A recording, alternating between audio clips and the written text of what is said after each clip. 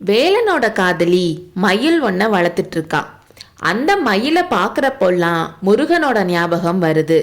காதலோட தாபம் அதிகமாகுது. ஒரு நாள் மயிலை பார்த்து சொல்றா, நீ முருகப்பெருமானோட வாகனம் தானே, போய் அவரை இங்க சீக்கிரம் கூட்டிட்டு வான்னு கட்டளை போடுறான். கட்டளை மட்டும் போடாம அதை அடிக்க போற மாதிரி பயமுறுத்தி விரட்டி விடுறான். மயில் திரும்பி வரும்போது வேலனையும் அது மேல ஏத்திக்கிட்டு ஆடிக்கிட்டு வரும்னு எதிர்பார்த்து காத்துட்டு இருந்தா. ஆனா ரொம்ப நேரம் ஆகியும் மயிலும் வரல, வேலனும் வரல. வேலன் ஒருவேளை நம்மள சுத்தமா மறந்துட்டாரோன்னு நினைக்கிறா. உடனே அந்த பழைய சம்பவம் ஞாபகம் வருது. கடைசியா வேலன் அவளை பார்த்தப்போ என்னை மறந்துடக்கூடாதுன்னு அவ கெஞ்சி கேட்கிறா. அவர் தன்னோட வேல் மேல சத்தியம் பண்ணி உன்னை ஒரு நாளும் மறக்க மாட்டேன்னு சொன்னது ஞாபகம் வருது. உடனே இல்ல அவர் மறந்திருக்க மாட்டாரு, இந்த மயில் தான் லேட் பண்ணுதுன்னு முடிவு பண்றா. அவ மனசுக்குள்ள மயிலை நினைச்சு மறவேன் என்று வேலின் மேல் ஆணையிட்ட மன்னரும் மறப்பாரோ நீலமயிலேன்னு சிவகாமி பாடிக்கிட்டே ஆட ஆரம்பிச்சப்போ சபையில இருந்த எல்லாருக்கும் அங்க இருந்த சிவகாமி மறைஞ்சு ஆதி தெய்வமான ஸ்ரீ சுப்பிரமணியர் கையில வேலோட அவங்க கண் முன்னாடி நின்னாரு. கருணையோடையும் அன்போடையும் தன் மேல காதல் கொண்ட பெண்ணை வேலன் பார்க்கறதையும் கையில இருந்த வேல் மேல உன்னை என்றும் மறவேன்னு சத்தியம் பண்றதையும் எல்லாரும் பார்த்தாங்க. அடுத்த செகண்டே வேலனும் வேலும் மறைஞ்சு வேலனை பிரிஞ்ச காதலியையும் மயிலையும் சபையில இருந்தவங்க பார்த்தாங்க. காதலியோட உயிர் வேலனை பிரிஞ்சிருக்கிறதுனால உருகி கரையிறதையும் பார்த்தாங்க.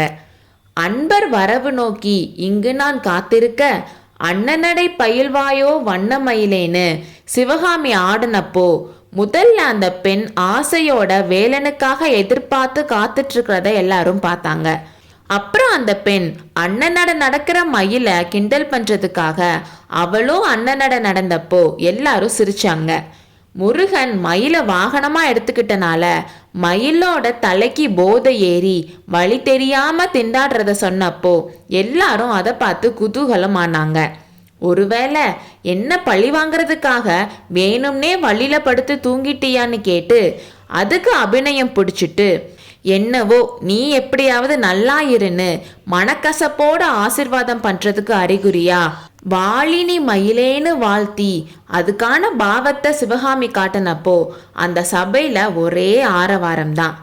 அடுத்த செகண்டே காதலியோட மனசு மாறுது. தங்க மயிலேன்னு கொஞ்சி கூப்பிட்டு எனக்காக இறங்கி வர மாட்டையான்னு கெஞ்சுறா. உனக்காவும் தெரியாது, சொன்னாலும் நீ கேட்க மாட்ட, உன்னை குத்தம் சொல்லி என்ன பயன்? வன்கண் மயிலேன்னு மயிலோட கொடுமையான கண்களோட பார்வைய சிவகாமி செஞ்சு காட்டினப்போ எல்லாரும் அதிசயமா பார்த்தாங்க. உன்னை சொல்லி ஒரு பிரயோஜனமும் இல்லை. உலகத்துல யானைகள் குதிரைகள்னு எத்தனையோ நல்ல நல்ல பிராணிகள் இருக்கிறப்போ உன்னை போய் வாகனமா பிடிச்சானே அவனை தான் சொல்லணும்னு பாட்டை முடிக்கிறப்போ அதுல இருந்த சோகம், மனக்கசப்பு, நகைச்சுவைன்னு எல்லாத்தையும் கலந்து சிவகாமி ஆடினப்போ எல்லாரும் மெய்மறந்து பார்த்துட்டு இருந்தாங்க. ஆனா ஒரே ஒருத்தரை தவிர, அவர் வேற யாரும் இல்லை, மகேந்திர பல்லவர் தான். வேலன் கிட்ட காதலை வெளிப்படுத்துறது மாதிரி சிவகாமி அவ மனசுல இருக்கிறத சொல்றா போல. வேலின் மேல் ஆணையிட்ட மன்னர்னு சொன்னப்போ அது அவருக்கு நல்லா புரிஞ்சிச்சு. இந்த பொண்ணுக்கு எவ்வளோ தைரியம், நம்ம கிட்ட இப்படி பண்ணா காரியத்தை சாதிச்சுக்கணும்னு நினைச்சுக்கிறா. ஆனா என்னோட இயல்பை அவ முழுசா தெரிஞ்சுக்கலன்னு அவர் யோசிச்சுட்டு இருக்கிறப்போ ஒரு ஏவலாளனை கூப்பிட்டு அவன் காதுல ஏதோ சொன்னாரு.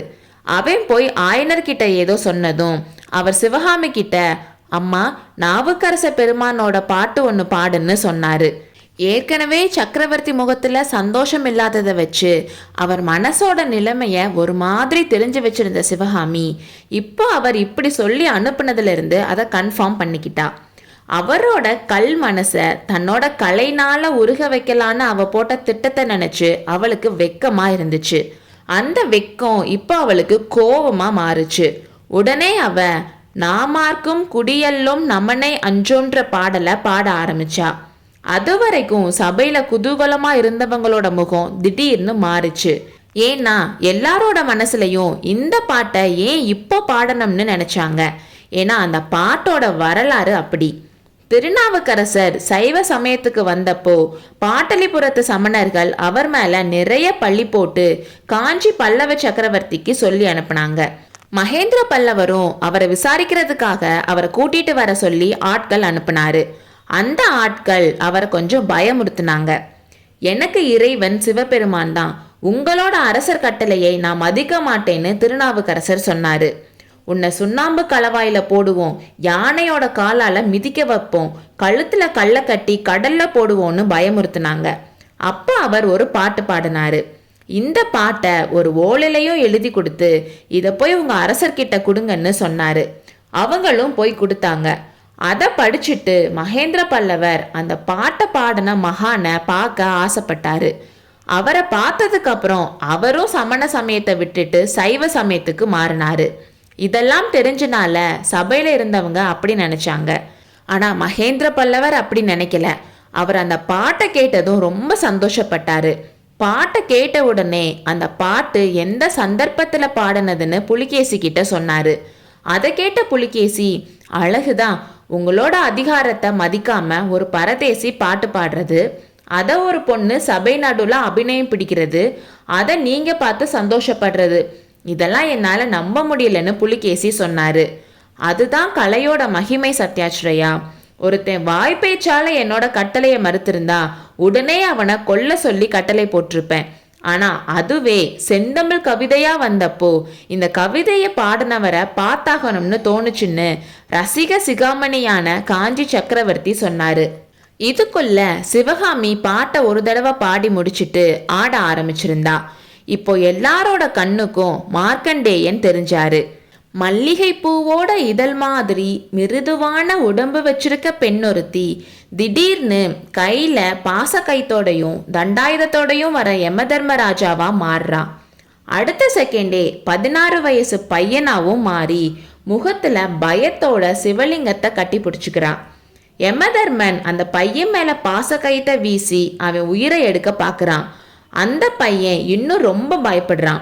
அடுத்த செகண்ட் அந்த சிவலிங்கத்துல இருந்து சம்ஹார ருத்ரமூர்த்தி வராரு.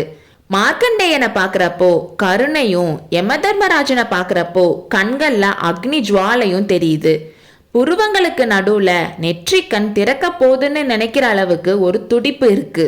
யமதர்மன் இப்போ கொஞ்சம் பணிவோட, என் மேல என்ன கோபம், என்னோட கடமையை தானே செய்றேன்னு சொல்ற ஒரு தோற்றம். அடுத்த செகண்ட் மறுபடியும் சம்ஹார ருத்ரமூர்த்தி வராரு. ஒரு காலை தூக்கி ஓங்கி உதைக்கிறாரு. தடான்ற சத்தத்தோட யமன் கீழே விழுறான். மறுபடியும் மார்க்கண்டேயனோட பால் வடிகிற முகம். இப்போ அவன் முகத்துல பயம் இல்லை, பக்தியும் நன்றியும் தெரியுது. சிவகாமி ஆட ஆரம்பிச்ச உடனே பாட்டு எப்போ பாடினது, யார் பாடினதுன்னு எல்லாத்தையும் மறந்து சபையில இருந்தவங்க மறுபடியும் கனவு உலகத்துக்கு போயிட்டாங்க. பாட்டு முடிஞ்சதும் மகேந்திர பல்லவர் புலிகேசியை பார்த்து எப்படி நடனம்னு கேட்டாரு. நாகநந்தி எழுதினது உண்மைதான்னு புலிகேசி சொல்லிட்டு மகேந்திர பல்லவரை உத்து பார்த்தாரு. ஆனா அவரோட முகத்துல எந்த மாற்றமும் இல்லை. நாகநந்தி யாருன்னு சும்மா சாதாரணமா கேட்குற மாதிரி கேட்டாரு. நீங்க நாகநந்தி பேரை கேள்விப்பட்டது இல்லையா? தென்னாடு முழுக்க பல நாள் யாத்திரை செஞ்ச புத்த பிக்ஷுன்னு புலிகேசி சொன்னாரு. பிக்ஷு என்ன எழுதியிருந்தாருன்னு கேட்டாரு. அவரோட யாத்திரை பத்தி அப்பப்போ எனக்கு எழுதி அனுப்ப சொல்லியிருந்தேன். அப்போ ஒரு தடவை ஆயனர் மாதிரி மகா சிற்பியும் சிவகாமி மாதிரி நடன கலாராணியும் இந்த பரத கண்டத்துல யாரும் இல்லைன்னு எழுதியிருந்தாருன்னு சொன்னாரு. நாகநந்தி பிக்ஷு நல்ல ரசிகர் போல. அவர் இப்போ எங்க இருக்காருன்னு மகேந்திர பல்லவர் கேட்டாரு. அதுதான் தெரியல, ஒருவேளை உங்களுக்கு தெரிஞ்சிருக்கலான்னு நினைச்சேன்னு சொன்னாரு. மகேந்திர பல்லவர் அமைதியா இருந்தாரு.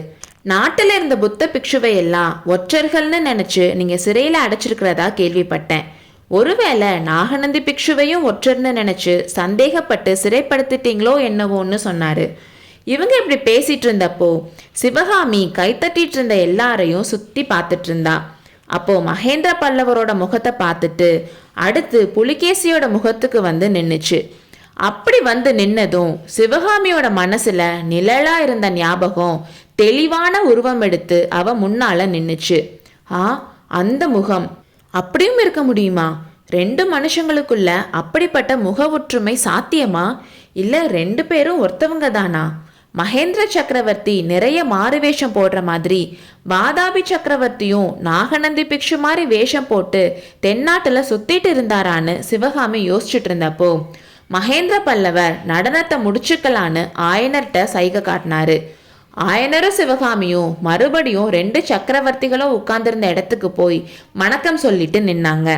அப்போ மகேந்திர பல்லவர், ஆயனரே, முன்ன ஒரு தடவை இதே இடத்துல சிவகாமியோட அரங்கேற்றம் நடந்துட்டு இருந்தப்போ பாதியில நின்னுச்சுல்ல, அதுக்கு காரணமான வாதாபி சக்கரவர்த்தியே இன்னைக்கு உன் மகளோட அற்புதமான நடனத்தை பார்த்து சந்தோஷப்பட்டாருன்னு சொல்லிட்டு சிவகாமியை பார்த்து, அம்மா சிவகாமி, வாதாபி சக்கரவர்த்தி உன்னோட நடன திறமையில ஒரேடியா மயங்கிட்டாரு.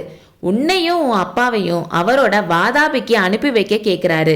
உனக்கு போக சம்மதமானு கேட்டாரு. சிவகாமி கோவத்தோட, பிரபு, இந்த ஏழை பெண் இந்த நாட்டுல இருக்கிறதே உங்களுக்கு பிடிக்கலையான்னு சொன்னா. இதை கேட்ட ஆயனருக்கும் பக்கத்துல இருந்தவங்களுக்கும் வியப்பாவும் பயமாவும் இருந்துச்சு. ஆனா மகேந்திரரோட முகத்துல சிரிப்பு தான் இருந்துச்சு. அவர் வாதாபி சக்கரவர்த்தியை பார்த்து, சத்யாச்ரயா, பாத்தீங்களா, சாட்டை நாள அடிச்சு நடனமாடுற சொல்ற நாட்டுக்கு கலைஞர்கள் வர விரும்புவாங்களான்னு சொன்னாரு. அப்போ புலிகேசியோட முகத்துல கோபம் வந்ததை அவர் கவனிக்கல. அம்மா சிவகாமி, உன்னை நாட்டை விட்டு துரத்த நான் விரும்பல. இந்த நகரத்தை விட்டு போக சொல்லவே எனக்கு விருப்பம் இல்லை. ஆயனரே, இன்னைக்கு இவ்வளோ அற்புதமா நடனமாடின சிவகாமிக்கு நான் பரிசுகள் கொடுக்கணும். அது வரைக்கும் கொஞ்ச நாள் நீங்க இங்கேயே இருக்கலாம். கமலியோட வீட்டில் போய் இருங்க. கமலியும் சிவகாமியை பார்க்க ரொம்ப ஆசையா இருக்கா. நான் அப்புறமா வந்து உங்களுடன் சாவகாசமாய் பேசுகிறேன் என்றார். அடுத்த அத்தியாயத்தில் சந்திப்போம்.